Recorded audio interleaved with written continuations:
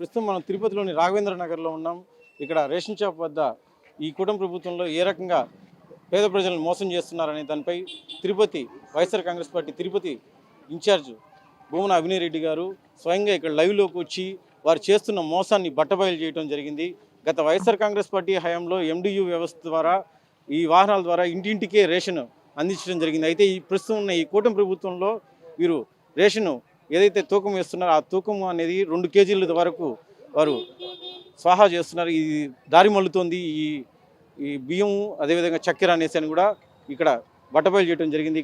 మనతోటి ఇక్కడ ఇదే అంశంపై మనతో మాట్లాడేందుకు తిరుపతి వైఎస్ఆర్ కాంగ్రెస్ పార్టీ ఇన్ఛార్జ్ భూమన అభినయ్ రెడ్డి గారు ఉన్నారు. సార్ చెప్పండి, మీరు ఏ రకంగా వాళ్ళు మోసం చేస్తున్నారనే దానిపైన మీరు ఏం చూశారు? అది ప్రతి బియ్యపు గింజ ప్రభుత్వం నుంచి పేదలకు అందాల్సింది సక్రమంగా వాళ్ళకి చేరాల్సినటువంటి అవసరం ఉంది.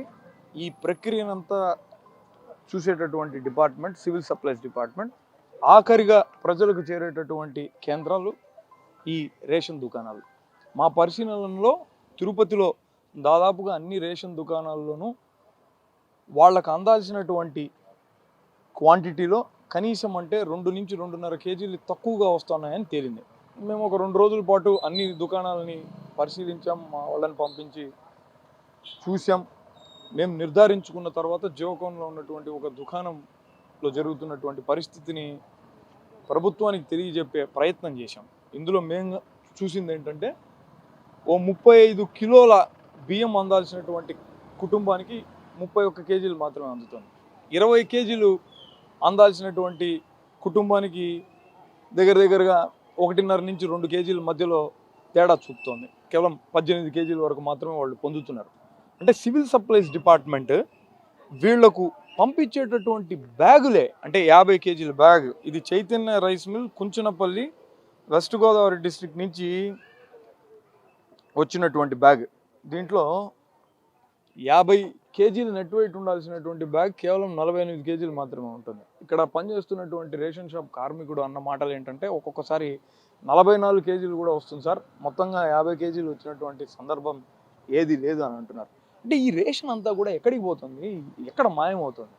ఇటువంటి పరిస్థితి ఉండకూడదన్న ఉద్దేశంతోనే కదా గత ప్రభుత్వంలో వైఎస్ జగన్మోహన్ రెడ్డి గారు ఈ రేషన్ ప్రక్రియను పూర్తిగా మార్చి ఇంటింటికి ప్రజలకు అందే విధంగా ఓ వ్యవస్థను ఏర్పాటు చేసి వికలాంగులకు, వృద్ధులకు, రేషన్ షాపుల వరకు రాలేనటువంటి వాళ్లకు ఉపయోగకరంగా ఆయన చేస్తే దాన్ని తప్పుపడుతూ ఆయన ప్రజాధనాన్ని దుర్వినియోగం చేశారని ఆరోపిస్తూ ఆయన్ని అనరాని మాటలు అని పాత పద్ధతిని తిరిగి ప్రవేశపెట్టి అదేదో పండుగలాగా సెలబ్రేట్ చేసుకున్నటువంటి కూటమి పార్టీ నాయకులు ఆఖరికి సాధించింది ఏంటంటే, ప్రజలకు అందాల్సినటువంటి బియ్యాన్ని కాస్త స్వాహా చేసేటట్టుగా, తగ్గించేటట్టుగా ఓ పనికి మాలిన వ్యవస్థను మీరు మద్దతు ఇస్తారా?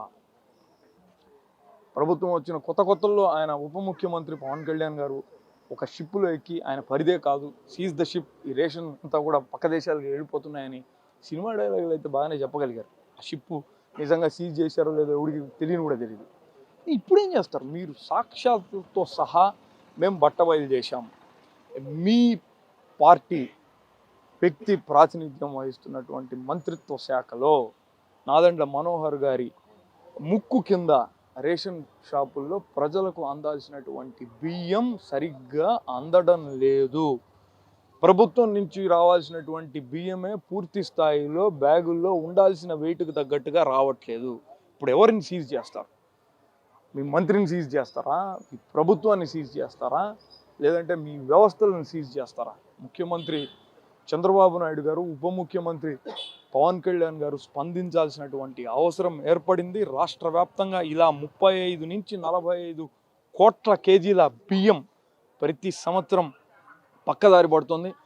మేము తక్కువగా చెప్తున్నటువంటి లెక్క, బహుశా ఇది 70-80 కోట్ల కేజీలకు చేరిన ఆశ్చర్యపోవాల్సింది ఏమీ లేదేమో. 1000 కోట్లు, 800 నుంచి 1000 కోట్ల రూపాయల స్కామ్ ఇక్కడ కనపడుతుంది. దయచేసి ప్రభుత్వం ఈ లోపాలని సరిదిద్దుకోవాల్సినటువంటి అవసరం ఏర్పడింది. ప్రజలకు అందాల్సినటువంటి ప్రతి బియ్యపు గింజ వాళ్లకు అందేటట్టుగా వ్యవస్థని రూపొందించండి. తెలియకపోతే జగన్మోహన్ రెడ్డి గారిని ఫాలో అవ్వండి అని చెప్పి ప్రభుత్వానికి సూచిస్తూ, మీరు దీంట్లో ఏ మార్పును తీసుకురాకపోతే ప్రభుత్వం పైన ఉద్యమించడానికి ప్రజలందరినీ కలుపుకోపోయి ఉద్యమించడానికి వైఎస్ఆర్ కాంగ్రెస్ పార్టీ సిద్ధంగా ఉందన్న విషయాన్ని కూడా తెలియజేస్తున్నాను. సరే, అయితే పందికొక్కులైనా రాత్రిపూట ఈ బియ్యాన్ని తినేయడం జరుగుతుంది. అయితే వీరు పట్టపగలే కనికట్టు చేస్తూ ప్రజల్ని ఈ విధంగా మోసం చేస్తున్నారు కదా ఈ కూటమి ప్రభుత్వంలో. గత గత వైఎస్ఆర్ కాంగ్రెస్ పార్టీలో ఏ విధంగా ఉంది? వాళ్ళతో పోల్చి నేను వాటి మర్యాదను తగ్గించలేను. Right, thank you sir. పందికొక్కుల కన్నా ఇక్కడ దోపిడీ కనికట్టు చేస్తూ ప్రజల్ని పట్టపగలే మోసం చేస్తున్నారు కనుక ఈ పందికొక్కులతో కూడా ఈ కూటమి నాయకుల్ని కూడా నేను పోల్చలేను అనేసి అని కూడా అంటున్నారు. అదేవిధంగా ఈ ఈ రేషన్ షాపులు ఏవైతే ఉన్నాయో ఈ రేషన్ షాపుల్లో వీరు మోసాల్ని భూమన అవినయ్ రెడ్డి బట్టబయలు చేయడం జరిగింది.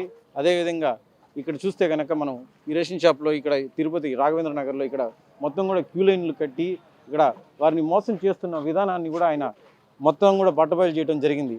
అదేవిధంగా ఇక్కడ గత వైఎస్ఆర్ కాంగ్రెస్ పార్టీ హయాంలో ఎండియు వ్యవస్థ ద్వారా వైఎస్ జగన్మోహన్ రెడ్డి ఏదైతే రేషన్ని పక్కాగా పేద ప్రజలకు అందించాలన్న ఒకే ఒక సదుద్దేశంతో ఆయన నేరుగా ప్రజలకి అందించడం జరిగింది. ఈ కూటమి ప్రభుత్వంలో మాత్రం ఈ రేషన్లో చాలా భారీ ఎత్తున స్కామ్ జరుగుతోంది అనేసి అని చెప్పేసి 800 కోట్ల నుంచి 1000 కోట్ల వరకు స్కామ్ జరుగుతోంది అనేసి అని చెప్పి కూడా ఆయన తేల్చి చెప్పారు.